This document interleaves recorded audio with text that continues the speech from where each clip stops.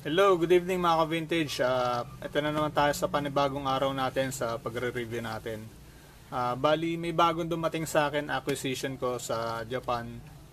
Nasama tong mga item na to sa balikbayan box. Re-review natin. Bali, ano na to, vintage vinyl record. Dalawa sila, tong The Beatles 1962 to 1966 vinyl LP. Yan. Bali, dual pack siya na plaka. Yan. Tsaka tong The Beatles, A Hard Day's Night na bali greatest album ng The Beatles. Bago natin simulan yung review mga ka-vintage, kung di pa kayo nakaka-subscribe sa channel natin, mag-subscribe na kayo sa subscribe button na pula. Then hit nyo yung bell icon para ma-notified kayo sa mga latest videos natin sa mga susunod. Okay mga ka-vintage, tara!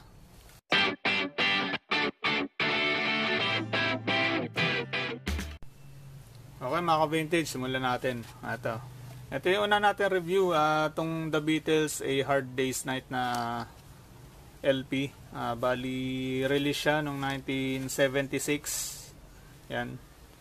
Isa siya sa mga pinaka greatest album ng The Beatles kasi ano siya, magaganda yung yung lineup ng mga cover niya. Yan. Bali, yung size ng ng plaka niya, long play. 33 RPM yung yung bilis niya. Yan. Yan siya. Bali sa bali sa condition nito, release siya noong 1976. Masasabi ko mint sa condition niya to. Ito yung plaka niya, yan.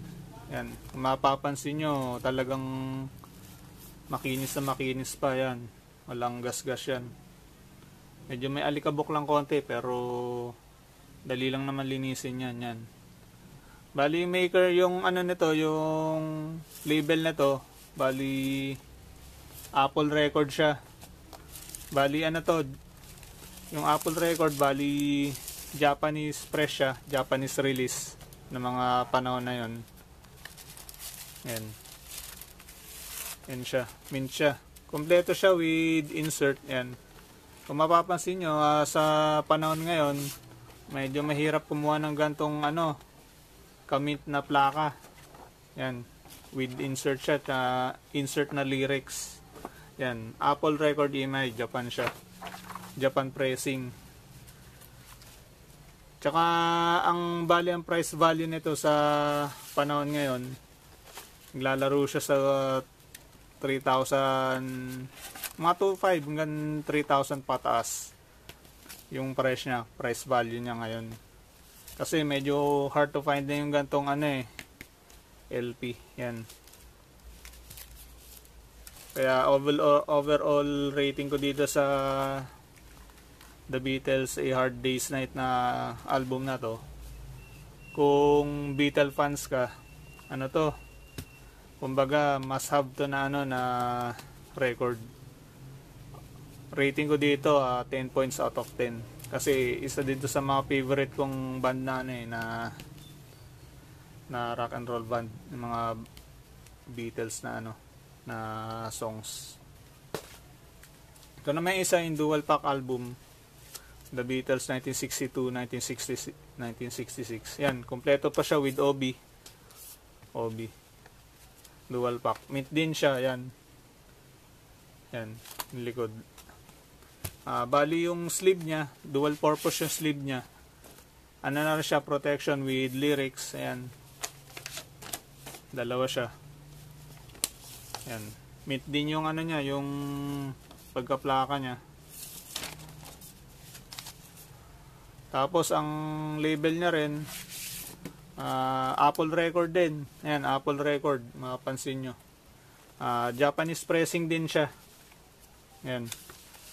Yung isa pang sleeve na lyrics din. Yan, mint din yung isang disc. Bali ang price value nito ngayon nasa 4,000 to 5,000 yung pricing niya sa local market pag binebenta, kasi hard to find din siya. Medyo mahirap din siya hanapin ngayon. Mostly mga nasa collector na rin talaga yung mga nito, yung mga plaka nito. Yan. Bali, ini-import ko pa to from Japan. Yan. Yung original price niya nung mga panahon na yan, 4,600 yan. Pero ngayon medyo mas mataas pa siya ngayon siguro. Yan.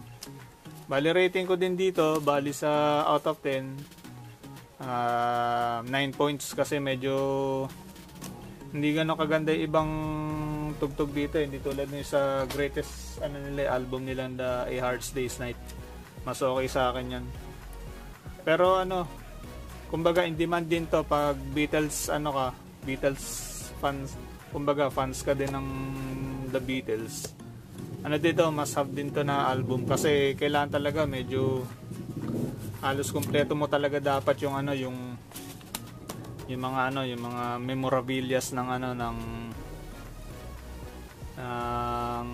The Beatles. Yung mga memorabilia nila talagang yan, mataas value niya pag nasa collector talaga. Okay mga ka-vintage, hanggang dito na lang. Ito yung mga bago nating abubot na luma pero valuable collectors item din sila. Kaya isa din sila sa kilala sa mga mga collector yan, The Beatles yan. Kaya makakukuha kayo ng mga ganito, kunin nyo kasi pwede nyo siyang i-collect, pwede nyo itabi. The more na mas matagal at mas maganda yung kondisyon, mas mahal sila pag pwede nyong ibenta o i-collect. Okay mga ka-vintage, kung di pa kayo nakaka-subscribe sa channel natin, subscribe na uli kayo sa subscribe button na pula, then hit nyo yung bell icon para ma-notified kayo sa mga susunod na videos. Hanggang dito na lang mga ka-vintage, hit nyo na rin yung like tsaka share nyo. Salamat.